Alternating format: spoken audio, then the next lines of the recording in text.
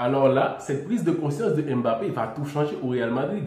C'est clair que l'handicap du Real, c'était Mbappé au début de saison.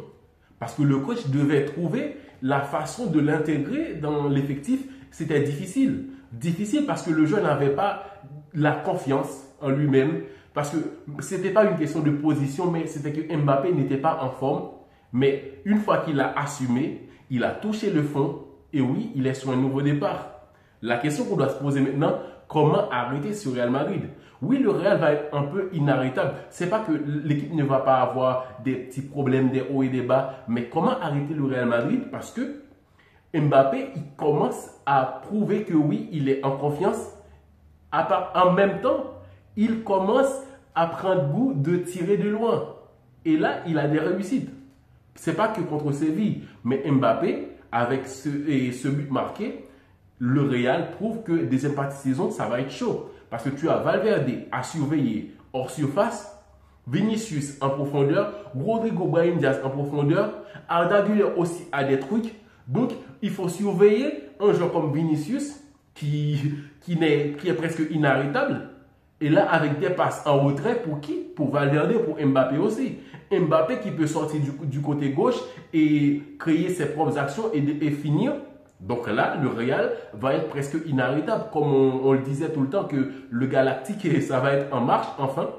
Et sans oublier Bellingham en profondeur, il est très bon aussi dans ses déplacements.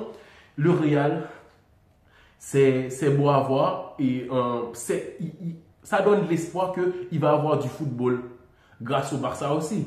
Grâce au Barça, pourquoi? La raison est très simple. J'en ai parlé dans l'autre vidéo que j'ai fait sur le Barça parce que le fait que Barça a eu autant d'échecs, ça permet aux adversaires de faire un peu plus d'efforts, d'avoir de l'espoir qu'on peut le faire. Avec une différence de 7 points d'écart sur le Real Madrid, c'était ça. Et psychologiquement, le Real n'allait pas bien terminer la première partie de saison. Parce qu'on aurait en train de dire, les fans du Real en ce moment auraient de l'espoir que le Real allait rattraper le Barça. Et ça, sur le mental, ce n'était pas génial, quoi, de terminer la première partie de saison de cette manière. Donc, le Real aujourd'hui va commencer la deuxième partie, va entamer la deuxième partie de saison en pleine confiance, avec un joueur qui devait s'intégrer aussi, qui fait déjà partie de l'équipe. Là, ça va être difficile de jouer le Real. Mbappé qui peut tirer de loin et le gardien qui garde bien toujours sa cage, Thibaut Courtois. C'était tellement la galère au Real Madrid qu'on attendait que le Real sorte dans le mercato hivernal pour recruter certains joueurs pour équilibrer un peu l'effectif. Parce qu'il y avait des blessés un peu partout. Mais aujourd'hui, il y a cette apparition de Marco Asensio qui est très bon. Et Camavinga qui est de retour, qui peut jouer latéral et aussi au milieu de terrain. Il y a aussi Alaba qui va faire son retour. Et Mbappé, ce qu'on attendait, c'est que Mbappé, il est de retour. Il a de la confiance. Donc le Real, deuxième partie de saison, c'est toujours difficile à jouer. Et ça va être encore plus difficile avec un Mbappé en confiance. Vinicius qui est sur une bonne lancée, qui a des titres individuels et collectifs, ce qui fait de ce joueur-là un joueur redoutable. C'est le joueur des finales. Il aime ça. Il kiffe jouer des finales, toujours décisif. Avec autant de joueurs, et Mbappé commence aussi sur cette lancée de marquer dans les finales. Il a des titres et cette blague aussi qu'il a fait dans les vestiaires que comme quoi Modric a plus de titres que son âge parce que Modric a déjà plus de 28. Donc c'est impressionnant. Le Real, deuxième partie de saison, ça va être un plaisir de les voir affronter l'Atlético, de les voir affronter le FC Barcelone. Parce qu'eux aussi, ils doivent faire des efforts. Mais ça s'annonce très bien. Même si la Liga, ce n'est pas le top. Mais pour une fois, il va y avoir de la compétitivité parce que les équipes n'ont pas autant d'écart de points que cela pour ne pas avoir des bons matchs, du challenge à chaque week-end. Donc, qu'est-ce qui va se passer? Le Real, ça donne de l'espoir que ça va être beaucoup plus intéressant à voir avec un Mbappé qui peut tirer de loin, Valverde, Vinicius dans les profondeurs et aussi Vini. Il tire de loin aussi. Jouer contre le Real en deuxième partie de saison, ça ne va pas être facile. Même pour une équipe très défensive avec le bus, et le Real peut tirer de loin. Valverde, Et Vinicius, il a déjà tenté. Mbappé aussi, il est en pleine confiance et il aime ça. Il commence à kiffer de tirer des loin. Donc, en profondeur, le Real est capable de les petits espaces parce qu'il a des joueurs capables pour faire pour aller en profondeur.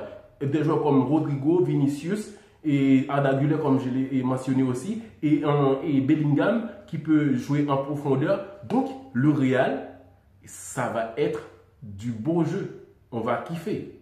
Je l'espère quand même parce que l'effectif, ça promet. Oui, on peut toujours dire que sans Lamine Yamal, le Barça est en difficulté. Mais quand même, avec Lamine Yamal, ce jeu-là, il rate pas mal de grosses occasions aussi. C'est plus de 7 grosses occasions ratées. C'est un attaquant. Oui, il est jeune et tout ça, mais c'est un attaquant. Un attaquant doit marquer des buts. Tu n'es pas Grealish quand même. Ok? Tu dois marquer.